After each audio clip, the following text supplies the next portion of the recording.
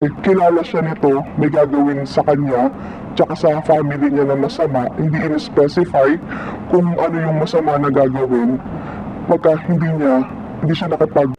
Good morning. Nung birthday po ng wife nyo, nagpadala ng love letter sa inyo si Sen Coco regarding dito pa rin sa impeachment.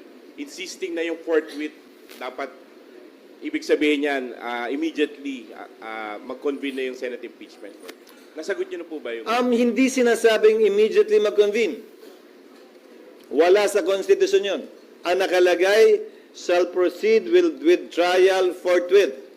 Pero kay Senator Coco mismo nanggaling, di ba?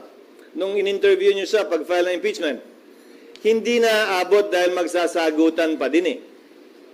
Magpa-file pa ng answer si VP Sara, magpa-file ng reply ang kabila, ang prosecutors, maaari mag-file ng rejoinder si VP Sara, maaari mag-file ng sir rejoinder ang prosecutor, maaari mag-file ng anumang ad cautela pleading ang magkabilang panig bago kami makapag-set ng pre-trial.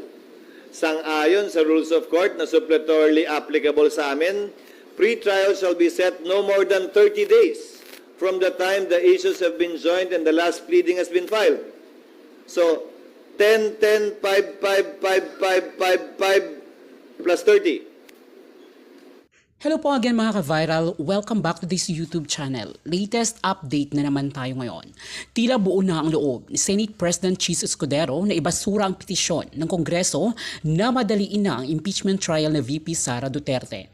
Ayon kasi sa Senate President ay hindi siya makikinig sa mga sumusulong na ipa-impeach ang Vice Presidente at sa mga tutol na ipa-impeach ito dahil may kapangyarihan ang Senado na dapat sundin kahit na ang Korte Suprema ay walang jurisdiction para diktahan sila. At eto ngayon, ang ikinadidismaya ng mga taga-kamara na mahigit 1/3 ang pumirma para impa-impeach ang Vice Presidente. Ayon kay Atty. Jing Cloestro, at the same time, representative ng Batangas ay hindi ginagawa ni Escudero ang kanyang tungkulin at meron itong nilalabag sa konstitusyon. Nakaredy na di umano sila bilang bahagi ng prosecution panel at hindi nila aantayin pa ang 20th Congress bago simulan ang impeachment process pagkatapos na mag-adjourn ang Senado at sa Hunyo pa di umano mag-resume ang session. Ayon sa mga eksperto ay tila may plano sa Senate President Escudero. Ayon sa mga kritiko ay tila pinapaboran nito ang Vice Presidente at tutol sa impeachment at ayon naman sa mga haka-haka na nag-aantay lamang ito na i-endorse siya ng Pangulong BBM na papalit kay VP Sara Duterte kung sakaling tuluyan itong ma-impeach at mapatunayan ni guilty at matanggal sa pwesto. Malinaw na. Ayan. Sir, ulitin ko lamang po yung tinatanong ko kanina kasi ang sabi po kahapon ng Senate President Chis Escudero, wala daw clamor yung pagtungkol po dito sa impeachment complaint. Pero ang ina-argue naman ng iba, malinaw naman na may provision doon sa Constitution na quote-unquote shall forthwith proceed. So dapat immediately. Pero kung sa June pa po sisimulan itong impeachment complaint, parang medyo nakakalito. Ano po ba, how immediate, how urgent po ba dapat ang impeachment? Sa akin po, hindi po clamor ang pagbabasihan natin kung hindi yun nakalagay sa saligang batas. At ang nakalagay sa saligang batas, ang impeachment complaint ay dapat po gindinggin ng Senado sa lalong madaling panahon. Ang exact wording po ay the trial by the Senate shall forthwith proceed. Ulitin ko lang, the trial by the Senate shall forthwith proceed. Yan po ang nakalagay sa ating saligang batas at yan po ay hindi clamor ang pinagbabasihan kung hindi po yung ating saligang batas. Nirespeto ko po yung opinion ng Senate President. Ngunit sa akin po, ang ibig sabihin ng forthwith ay agad lilitisin ang impeachment complaint. Opo, Senator, paano yun? Kung agad na lilitisin, kasalukuyan pong nakabreak ngayon ng session ng Senado. So, posible pa rin po ba na ipursige yung paglitis sa impeachment case na ito kahit na nakabreak yung session? Pwede po, basta tumawag ng special session ang Presidente. At yan naman po ang kapangyarihan ng Pangulo sa ilalim ng saligang batas ay absolute. Pwede po siyang tumawag ng special session at any time. Pagkatapos po sa special session, ang unang item sa agenda, yung ang impeachment complaint po dahilan yan ang utos ng ating saligang batas. So ibig sabihin po sir, hindi nakalimit doon sa mga legislative agenda yung pagpapatawag ng special session ng presidente. Walang ganun. Walang ganun dahilan sa the moment mabubuo ang special session, ang unang item sa agenda, yung natanggap na impeachment complaint mula sa Kamara ng Representantes. Ayun. Pero sir, isa pa pong gumugulo sa isipan ko rin. Paano kung halimbawa nabuksan na po yung impeachment court? Pero of course, as we all know, palapit na rin po yung eleksyon. Anong mangyayari kung magkaroon bigla ng transition ng hindi pa natatapos yung impeachment case sa upper chamber, pero from 19th Congress, patawid na ng 20th Congress, meaning na iba na yung mga members ng Senado. What will happen? Ay, hindi ko po alam kung anong mangyayari dahil hindi pa nangyayari yan noon. At mayroong nagsasabi na continuing body yung Senate, mayroong naman nagsasabi lahat na items na hindi matapos sa 19th Congress ay hindi mo pwedeng ilipat sa 20th Congress. Kaya ako po, ang aking solusyon, tumawag lang ngayon ng special session para maumpisahan ang paglilitis ng impeachment complaint at matatapos bago mag-fire ang termino ng 19th Congress. So kasama po ito doon sa mga kailangang linawin ng mga senador kung sakaling umabot pa ng ganong punto, ano sir? Gulo eh. Again, ano? So kasama po ito doon sa kailangang iklaro doon sa guidelines sakaling mangyari na maiba nga yung mga members ng mga senado. Hindi po madadala sa guidelines yan dahil sa yan po ay it's a fact that there will be may mga bagong halal na senador, may mga senador na matatapos ang termino. Kaya kahapon po sa isang forum hindi mo po iba-iba po ang opinion kung ano ang mangyayari pag hindi natapos sa 19th Congress ang paglilitis ng impeachment complaint. Wala pong decision ang Korte Suprema dyan. Oo. So kumbaga ang tinutukoy ni Senator Frank Maricel is that to avoid that conundrum ng legal question dito sa 20th Congress continuation ng trial, ngayon pa lang 19th Congress tapusin na. Tama po. Yan po ang aking payo. Tumawag na ng special session, umpisahan na yung impeachment trial at nakakasiguro po ako na bago matapos ang 19th Congress, matapos po yung paglilitis ng impeachment articles. Pero sir, kahapon, nag-file ng petition ang kampo ni Vice President Sara Duterte before the Supreme Court asking for temporary restraining order. Dahil nga daw po parang sumobra na yung impeachment complaint na ifinailaban sa kanya. Nalabag na yung 1-year bar. Kumbaga. So, pwede pala yun? Pwede ba yun na makialam ang Korte Suprema sa impeachment case na supposedly ay Senado ang may hawak? Sa akin po, hindi po pwede yan. With all due respect, sa atin pong saligang batas, nakalagay, the Senate shall have the sole power to try and decide all cases of impeachment.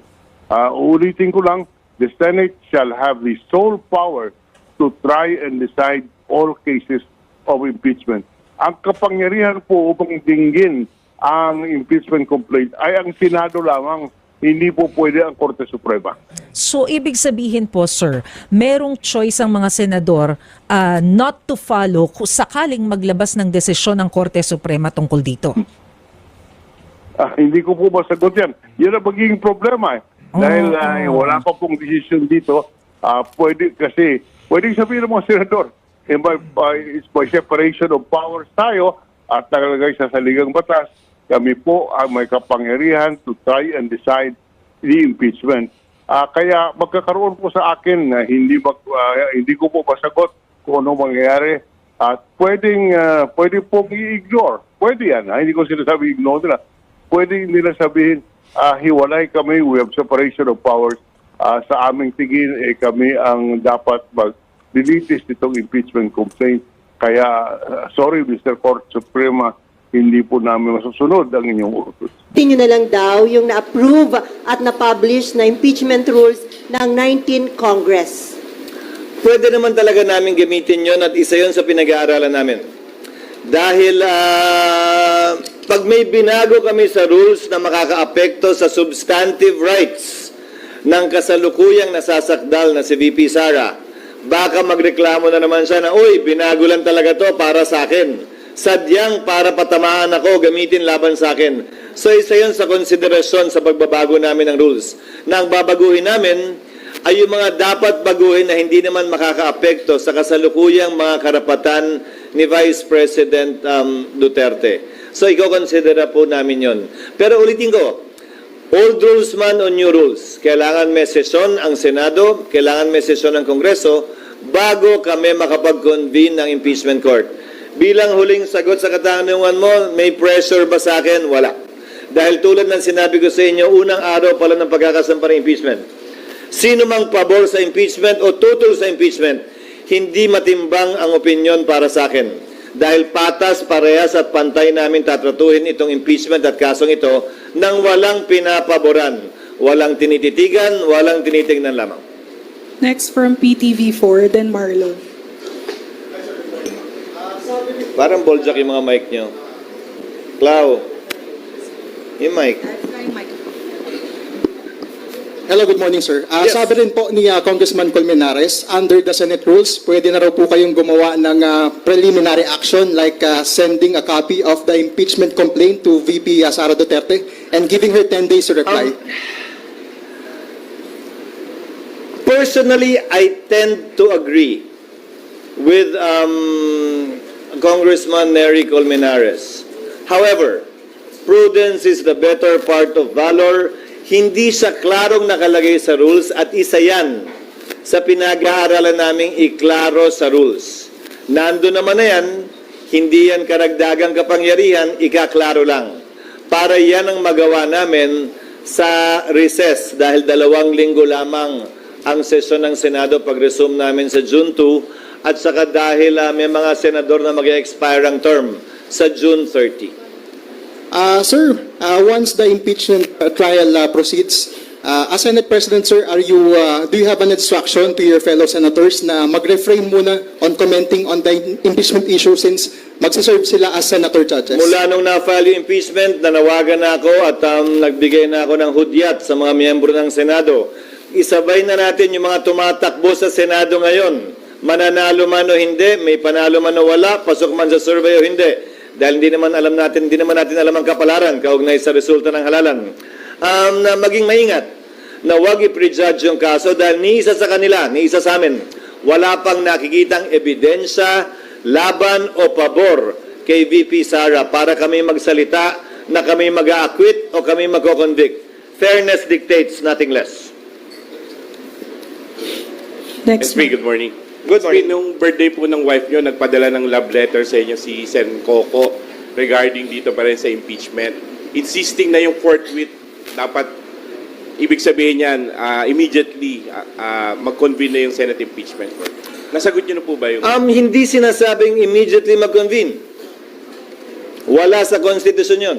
Ang nakalagay, shall proceed with trial forthwith. Pero kay Senator Coco mismo nanggaling, di ba? Nung in-interview niyo siya pag-file ng impeachment, hindi na aabot dahil magsasagutan pa din eh. Magpa-file pa ng answer si VP Sara, magpa-file ng reply ang kabila, ang prosecutors, maaari mag-file ng rejoinder si VP Sara, maaari mag-file ng sir rejoinder ang prosecutor, maaari mag-file ng anumang ad cautela pleading ang magkabilang panig bago kami makapag-set ng pre-trial.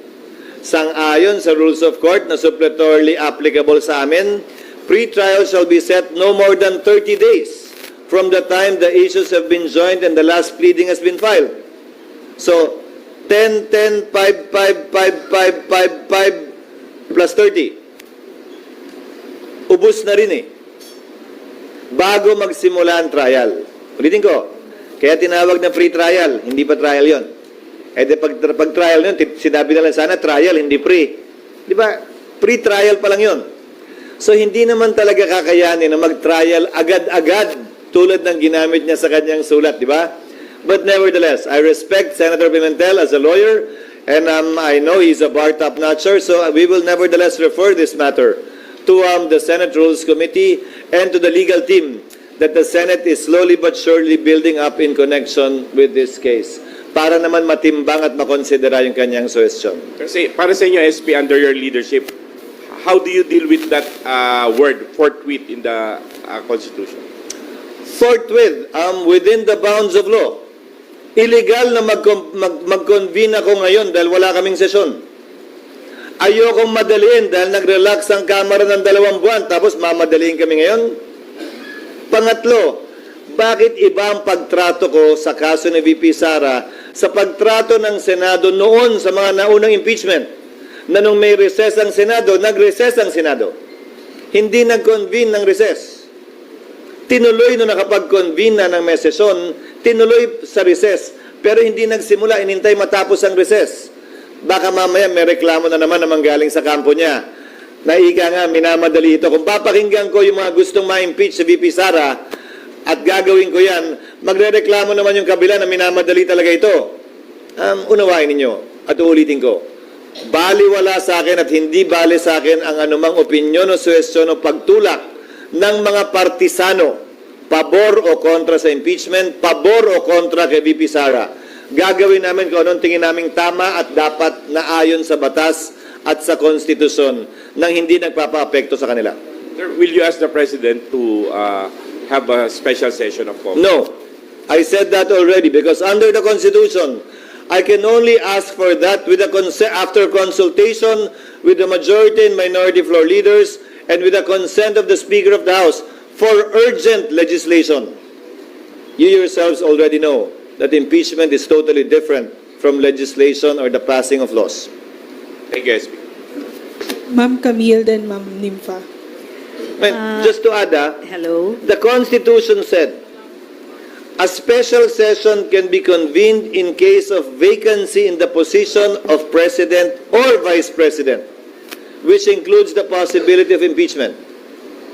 But still, the framers did not say that the Senate President can can ask for a special session for the purpose of conducting an impeachment trial. That was clearly excluded by the framers of the Constitution, knowing fully well that that situation is possible. So you have to understand, when I'm strictly following the Constitution, it's only for urgent legislation that I can request for a special session.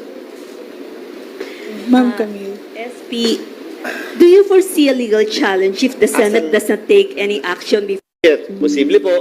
Pero ayoko maghamon at ayokong i-assume. Kung mangyayari man yan, tatayo muli ang Solzen bilang abogado ng Senado. Pero may tanong ako.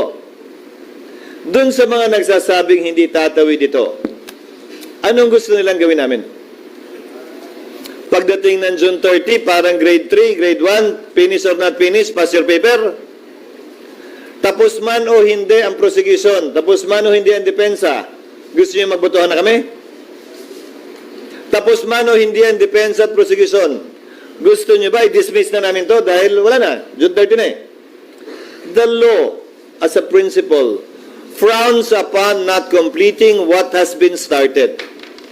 Sa simpleng pananalita, kasabihan ika nga ng matatanda, kung ano ang sinimulan dapat tapusin. Prinsipyo yan sa ilalim ng ating batas na umiiral. Wala mang eksaktong probisyon. Pero kung hindi pa rin kumbinsido at nag-iisip pa rin yung iba kung tatawid nga ba ito o hindi, pues sana noon pa nagreklamo sila kaugnay ng mga SET, Senate Electoral Tribunal cases. Yung SET cases na pinoprotesta ang isang senador na nanalo para sa termino ng 6 na taon. Ilang beses nang lumampas yan ng Kongreso. Tumawid ng Kongreso yung mga kasong yan. Nagpalit yung mga miyembro ng SET ng iba't ibang senador. Nagpalit yung miyembro ng SET ng iba't ibang justice ng Supreme Court. May nagreklamo bang hindi tumawid? May nag-question bang hindi tumawid? May nagsabi bang bawal yun? Wala naman. Ngayon, inuunawa ko na siyempre, highly politically charged to, may magko-question palagi. At hayaan natin ang Korte Suprema magpasya at mag-decide. Pero sa parte ng Senado, klaro sa aming isipan na may basehan at batayan ang aming paniniwala at prinsipyo na ito'y tatawid sa Kongreso.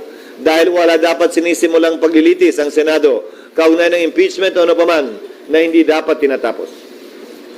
Another question, Senator. Yes, ma'am.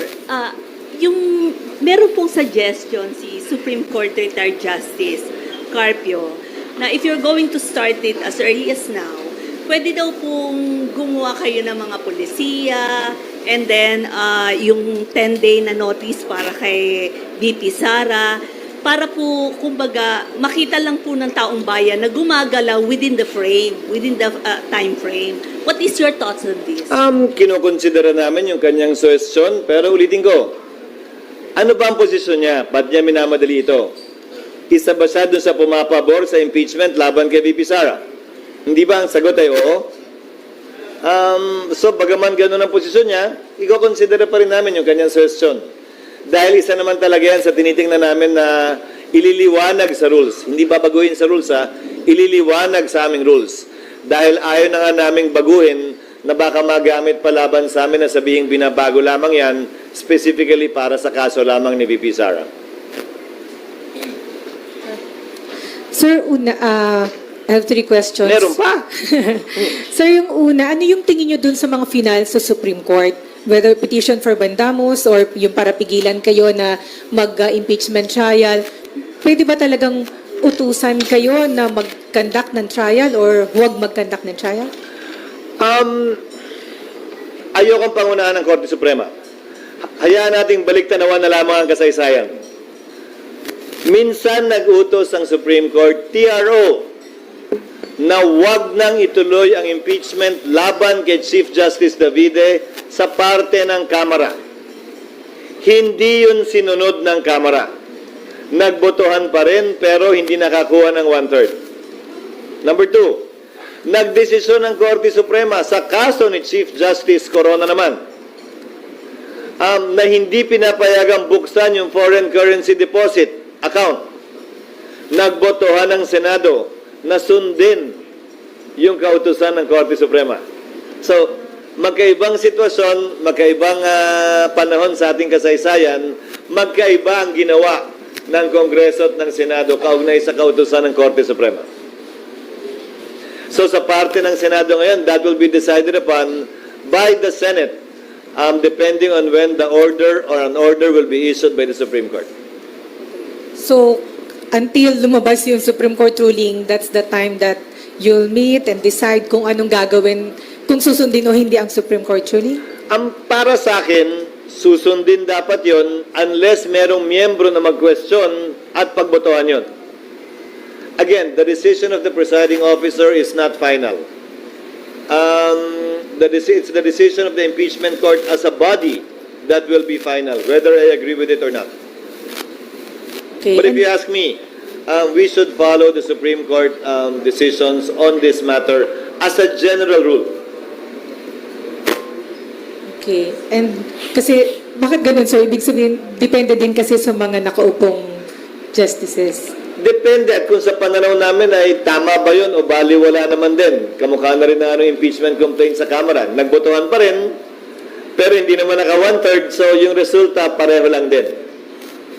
Ayan. And then, sir, kailan ninyo padadalhan ng articles of impeachment si Vice President Sara for her to reply? Ano ba yung procedure? Do you still have to approve the amended impeachment? Ulitin ko, ako tatanungin mo, sa tingin ko pwede na.